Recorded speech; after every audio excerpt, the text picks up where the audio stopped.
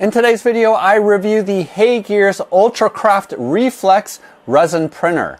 But before we get into that, I just want to give a quick shout out to all of my lovely Patreon supporters. You guys are so awesome and I love you all. You make this channel what it is. And I want to share this past month's GGGGs.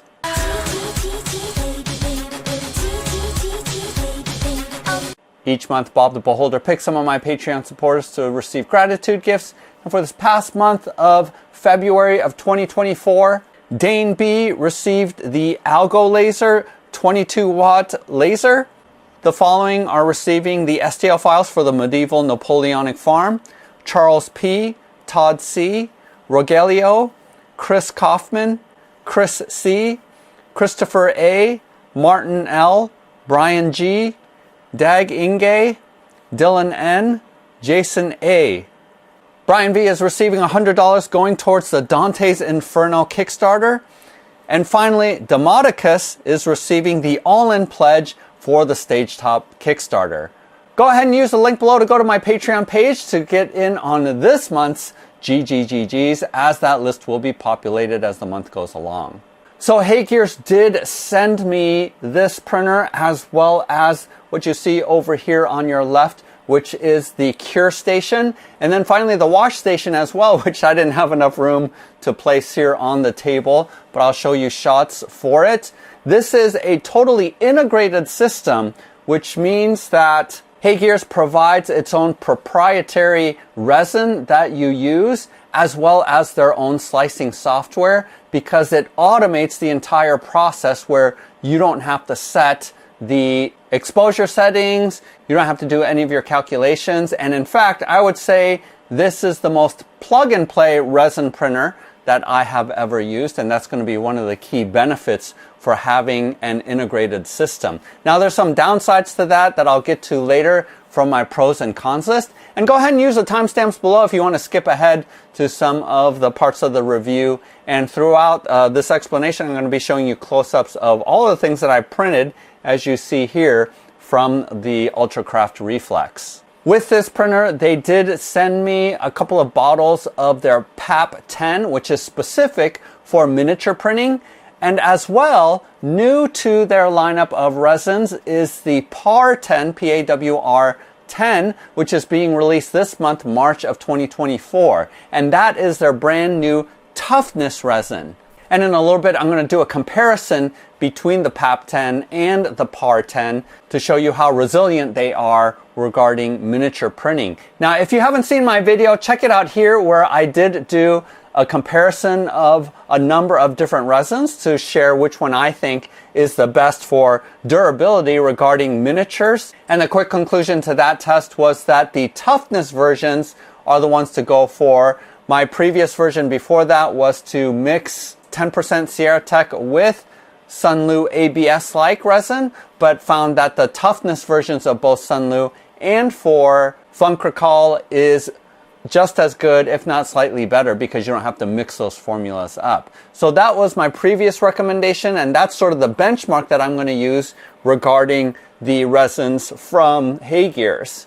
But having their own proprietary resin makes it so that all you do is you drag in your STL file into HeyGears Slicer, and you just say what kind of resin that you have, and it automatically picks the right settings. One of the benefits that I immediately had with Slicer being able to calculate all of the print settings is that in my current setup with my GK2, which is my current favorite printer, go ahead and check out that video here, I had to do all the calculations for each one of the resins and figure out what was optimal settings to really get it figured out. And all of those settings are only at 0.03 millimeter height. So I actually don't know what my settings should be. If I were to increase that to 0.05, which again is another standard that I'd prefer to use for some of my bigger objects like these tanks, whereas with the miniatures I like printing at 0.03.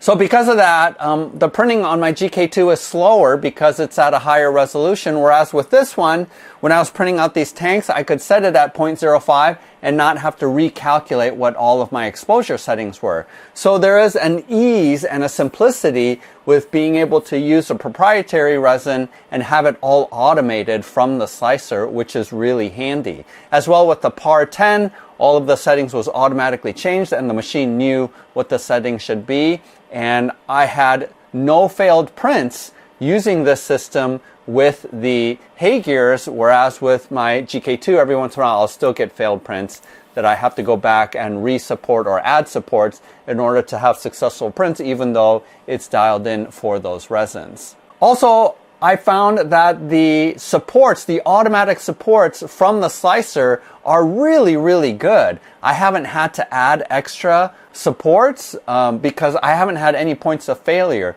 So the machine really does a good job creating successful prints, and I found that the automatic supports actually are placed really well. And the trees are actually thinner than what I was using on my GK2, so it was super easy to remove the supports from the prints from this machine.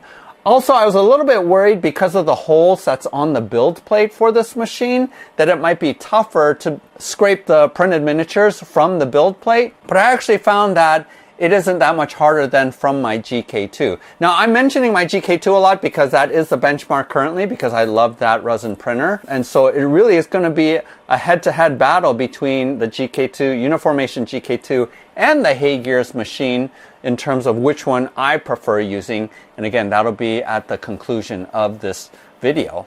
Let's go ahead and take a quick break here and check out the PAP 10 and the PAR 10 and see which one I would recommend for actually printing out miniatures. So here's a comparison. The PAP 10 is their normal miniature line of resin, and then this is the new resin that they're coming out with, the PAR 10, which is the equivalent of toughness.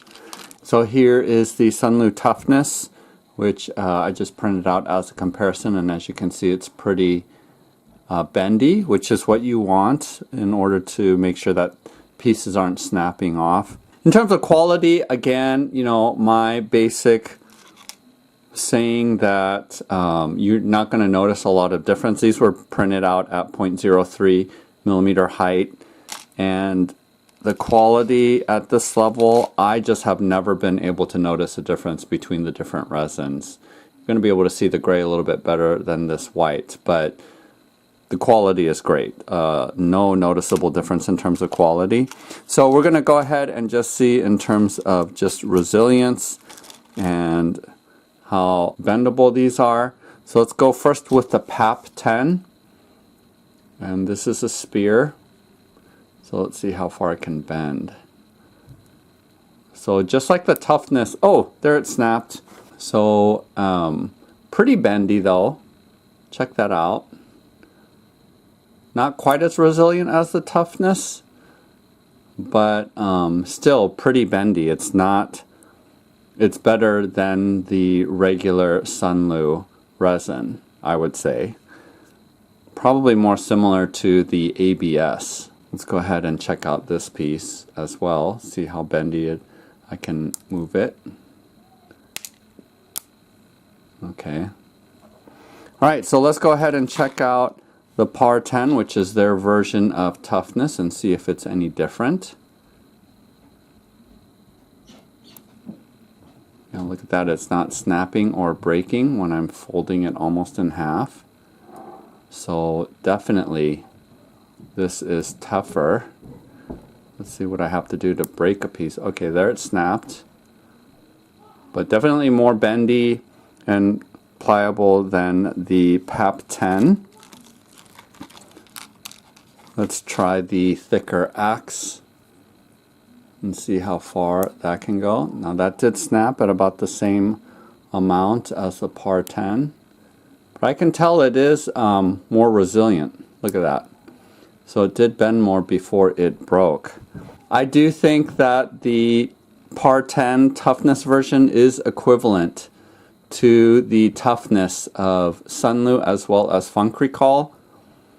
About the same level. But you know what, one of the things that I noticed when I did print these out is that the supports on them are a lot thicker, and was harder to remove. If you notice, there's still some supports here, and they just were harder to remove than with the HeyGears. And I think that the software automatically thickened all of the connection points for the toughness. Yeah, see, look at all the pock marks from the supports. Not hard to clean up or remove, but still it's more supports than what I found the software automatically putting onto the PAP 10 models.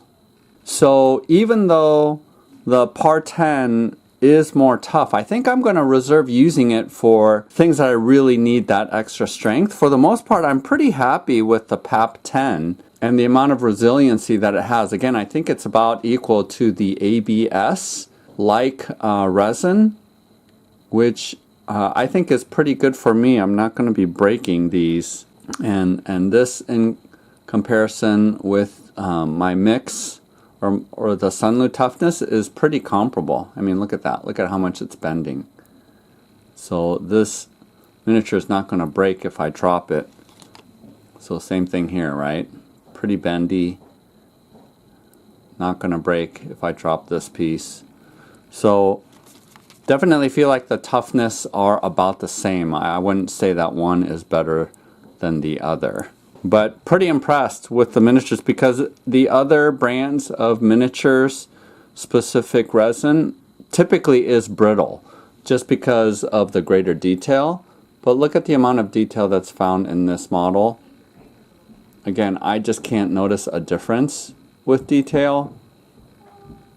And so I'm going with resilience, and I'm definitely happy with the PAP 10. So even though I tend to go with the toughness, I actually like the easier support removal that is with the PAP 10. So surprisingly, I actually do recommend the PAP 10 over the PAR 10 just because the removal of the supports is a lot easier, and that there was enough flexibility with the PAP 10. I was afraid that it was going to be brittle. Now, one thing to keep in mind, I don't cure my miniatures very long in this curing station. I found that 3 minutes is long enough to cure any of the resin that might be remaining on the surface of the miniatures. So just keep that in mind. If you overcook your miniatures in the curing station, it is going to become more brittle. But because I only do 3 minutes on this machine, I think that keeps some of the flexibility on the miniature without any pools of uncured resin that's on there. So just keep that in mind. Your mileage might vary based off of how long that you cure it for. So let's go ahead more into details with the pros and cons. So here is my pros list of the HeyGears. Again, the biggest pro is the ease of use of the software and not having to figure out what the settings are. So that's the biggest pro. This is the closest to a plug-and-play resin machine that I have experienced, even over the GK2, where you still have to do all of the resin tests. You still have to figure out what your optimal settings are. But on this machine, I just put in the bottle, set it to print, and it automatically printed. And in fact, I can't even tell what the settings are. I can't get that from the slicer software. I wish I could, just to see what the settings are.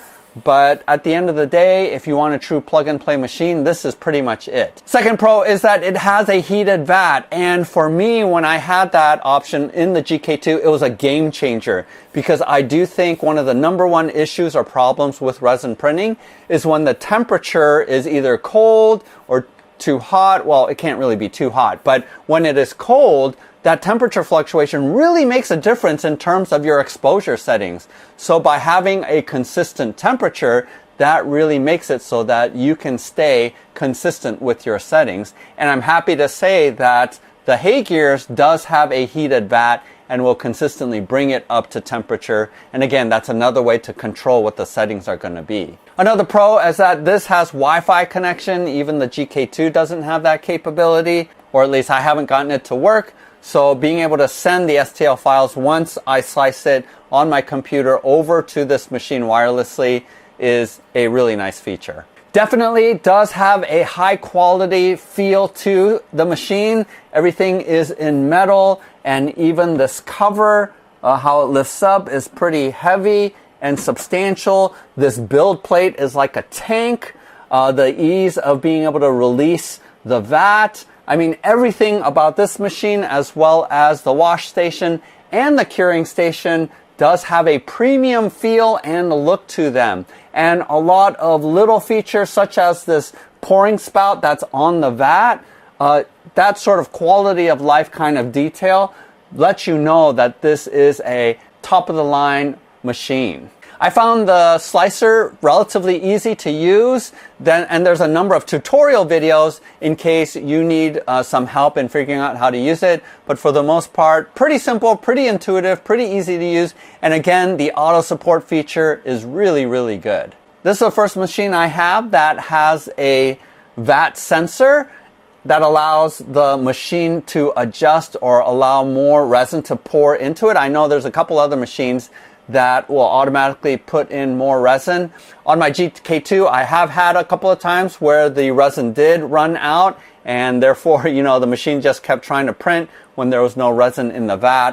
That doesn't happen here, where in fact, even before you start, the machine will tell you whether or not you have enough resin remaining in your bottle that's back here. And there was a circumstance where I was running out of resin in the middle of a print, and I was afraid if I pulled out this bottle of resin that it would stop the print or mess it up, but it actually didn't. It did tell me that the resin was removed, and I was able to slip in another bottle, and the print just kept on going. And there's a little gate back here that lifts up and down that allows the resin to come in or out, as well as a sensor that tells you and the machine how much resin is remaining. So that is a great quality of life kind of feature where you're just not going to run out of resin in the middle of a print. Now you might be wondering, like I did, whether or not you can print out pre-supported miniatures, and I did test that, and indeed the machine can print out pre-supported minis.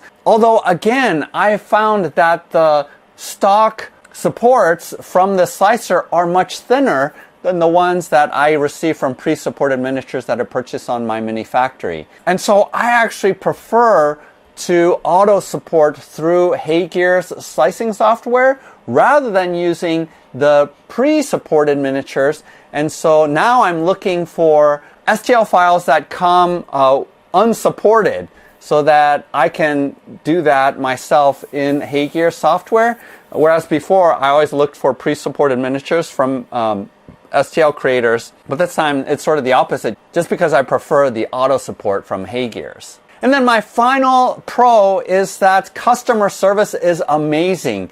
And that is because this is a premium product with a premium price tag. So with that comes some pretty good support. So I don't think it's because they sent this to me as a reviewer, because this support line is available for anyone who owns a machine.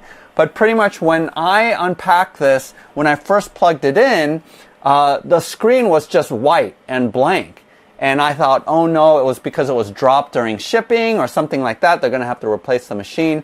But I was able to get on a call with one of the support people, and they walked me through it. If you have the same thing happen, all you have to do is turn the machine on and off, not just a couple of times. I think I had to cycle through that maybe about half a dozen times, maybe even 8 times, in order for it to finally show and work correctly. So I'm so glad that I had someone walking me through that. They also helped me troubleshoot some of the firmware updates, which wasn't exactly happening through Wi-Fi connection, so I had to use a USB stick in order to do the update. I wouldn't have known how to do any of that stuff, but the fact that someone was walking me through it as we were on a video call together and conversing through the internet as well, yeah, that's some of the best customer support and immediate support that I've ever received. So what are the cons? So here is my cons list for the HeyGears printer. So the number one biggest con of the HeyGears machine is the price tag. So purchasing this cost $1,400. That's right, $1,400 for this machine. So It is a premium machine, but you are paying a premium for the machine. Just as a way of comparison, my GK2 cost $850, which is, you know, not quite half of the price of this, but still pretty significantly cheaper, almost by $600 than this machine. So you have to ask yourself, are all of the amenities worth that $600 price tag, or would you rather buy 2 GK2s? So that makes it a little bit rough, is the price tag. And then on top of that, if you buy the combo set with the curing station and the wash station, it jumps up to $2,500, which is crazy. So I would definitely say, you know, $1,400 for this machine, I think is getting close to being worth it, but it's definitely not worth it to pay almost $1,000 more to get the combo of the curing station as well as the wash station. Because what I found was that the wash station actually, you know, it does a job, it's pretty good, but it's a little bit over-engineered because you can accomplish the same amount of washing through a typical wash and cure station. So my workflow now has changed where I use actually the HeyGears wash station as my initial wash, but the fact of trying to drain it into the second vat, all that kind of stuff is too much work. I just have it shake it up, and then after I take it out, I actually stick it in my old Anycubic wash station for another 5 minutes where it's just mildly turning the alcohol in there, and I found that that cleans it perfectly fine. And I think even though this curing station is really nice and it's really big, again, I think it's a little bit over-engineered. You don't have to have, especially at the price tag that it is, paying that much for a cure station. You don't have to do that. One that is $100 or $150, one of the larger ones from Anycubic or anywhere else, is going to work perfectly fine. So indeed, I would suggest not to pick those up, even though, again, they're top premium, high premium. I would suggest just getting the resin printer at $1,400. The other expense is actually the resin, and this is where it sort of bumps me over, because even though I do think that this machine is worth the expensive price tag of $1,400, the fact that the consumables, that the resin is expensive, that's where it's a little bit rough. One bottle of PAP 10 is $60, whereas you can get a kilogram of toughness, Sunlu toughness, for half that price at $30. So you're paying twice as much for the resin in order to have the convenience of not needing to do any of the settings, for the machine to do all of the work. Now, I actually did a little bit of a test to see whether or not there was a comparable other brand resin that was the same as the PAP 10. So I actually took the PAP 10 and used it on my GK2 just to figure out what the settings were. And unfortunately, I can't find another resin that has the same settings. Otherwise, I would just refill this bottle, use this bottle, and refill it with a cheaper resin and use that with the machine. But the closest that I could get to was the Funcracol resin, but even there, it quite isn't enough cure time that the PAP 10 does, so there would be failed prints there as well. So not quite sure what to do with that. The resin is pretty expensive, but as we saw in the tests, the resins are really nice and work super nice, great detail, and the PAP 10 in particular for miniatures is flexible enough that they're not going to break when you drop them. Just the expense of it is a barrier. Additionally, if you want a film module to replace the FEP and you want the frame, that thing costs $70. Which is super expensive. Now, you can totally forego that and replace the FEP itself, and that's a significant cost savings by doing that. But again, this machine is catering towards people who don't know how to do any of that stuff and most likely would just have to pay to replace the FEP. And again, $70 is pretty pricey. You might as well at that point dish out another $20, because for $90, you can replace the entire vat, get a whole second vat with a new FEP already installed.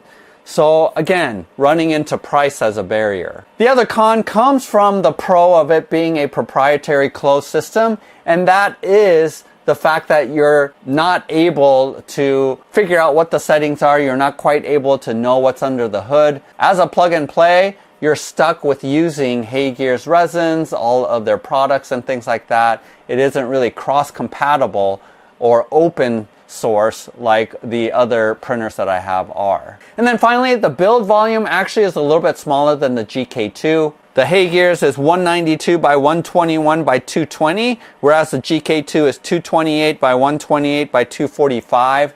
Now, I haven't noticed that big of a difference because I've been able to print out these really large tanks on both of the machines. So I think it's plenty big. Also, this machine prints faster than my GK2. Again, the settings are optimized here. I could probably print faster on my GK2, but I prefer to have successful prints. That's why mine is a little bit slower. But this machine is completely dialed in and optimized, so my prints are coming off of this one actually faster than on my GK2. So the smaller build volume, I don't think I notice as much because I can actually print more times on this machine. So what do I think? At the end of the day, does the HeyGears UltraCraft Reflex, does it replace my Uniformation GK2?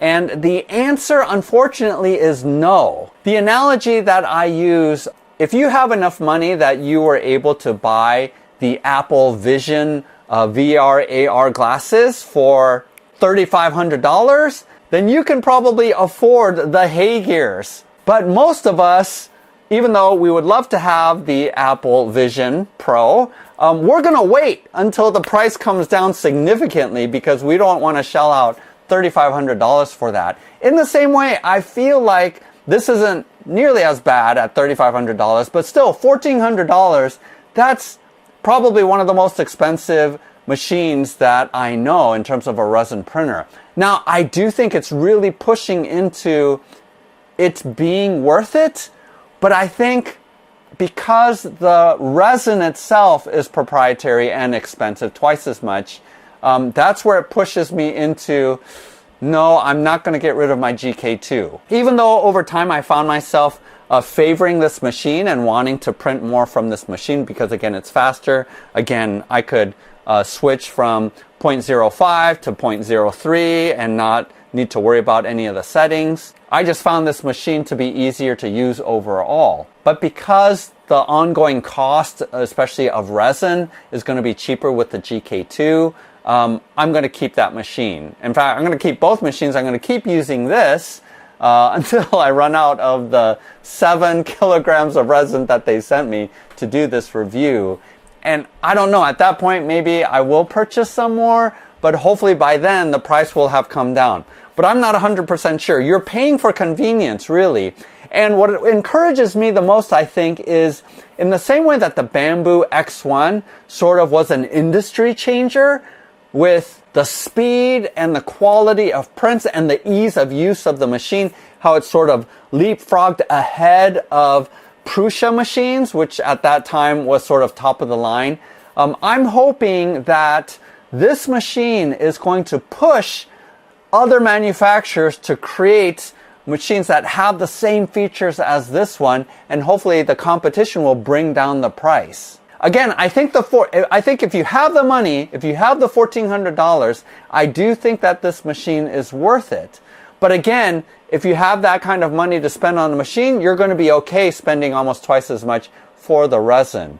And you are paying for convenience. But if you don't mind tinkering, if you don't mind that 3D printing is a hobby in and of itself where you have to tinker with your machines and figure things out and troubleshoot and have failed prints, if you don't mind doing that, I think I would still suggest sticking with not only the Uniformation GK2, but also the Anycubics, the Elegoo's, all the sort of $600 level machines that you can get right now. And the fact that you can use any resin with those machines gives you greater flexibility. But hopefully over time, competition will actually lower the price of machines like this that have everything, which is amazing. And it is a little bit hard for me to know how much HeyGears can lower the price because it is all premium products. It is all premium parts. So it might not be possible for them to reduce the price much more than where it is right now. I'm just encouraged. I do think that all the features that are packaged in this machine is hopefully going to impact the rest of the industry. So if this video was helpful for you, please hit the like button and subscribe, as I'm going to be coming out with future videos with some of the projects that you see printed out here. But I'm going to be coming out with a video for my female Imperial Army that I'm going to be using with one-page rules. So please, again, subscribe and make sure you check out that video when it comes out. Otherwise, happy printing, happy gaming. We'll see you next time.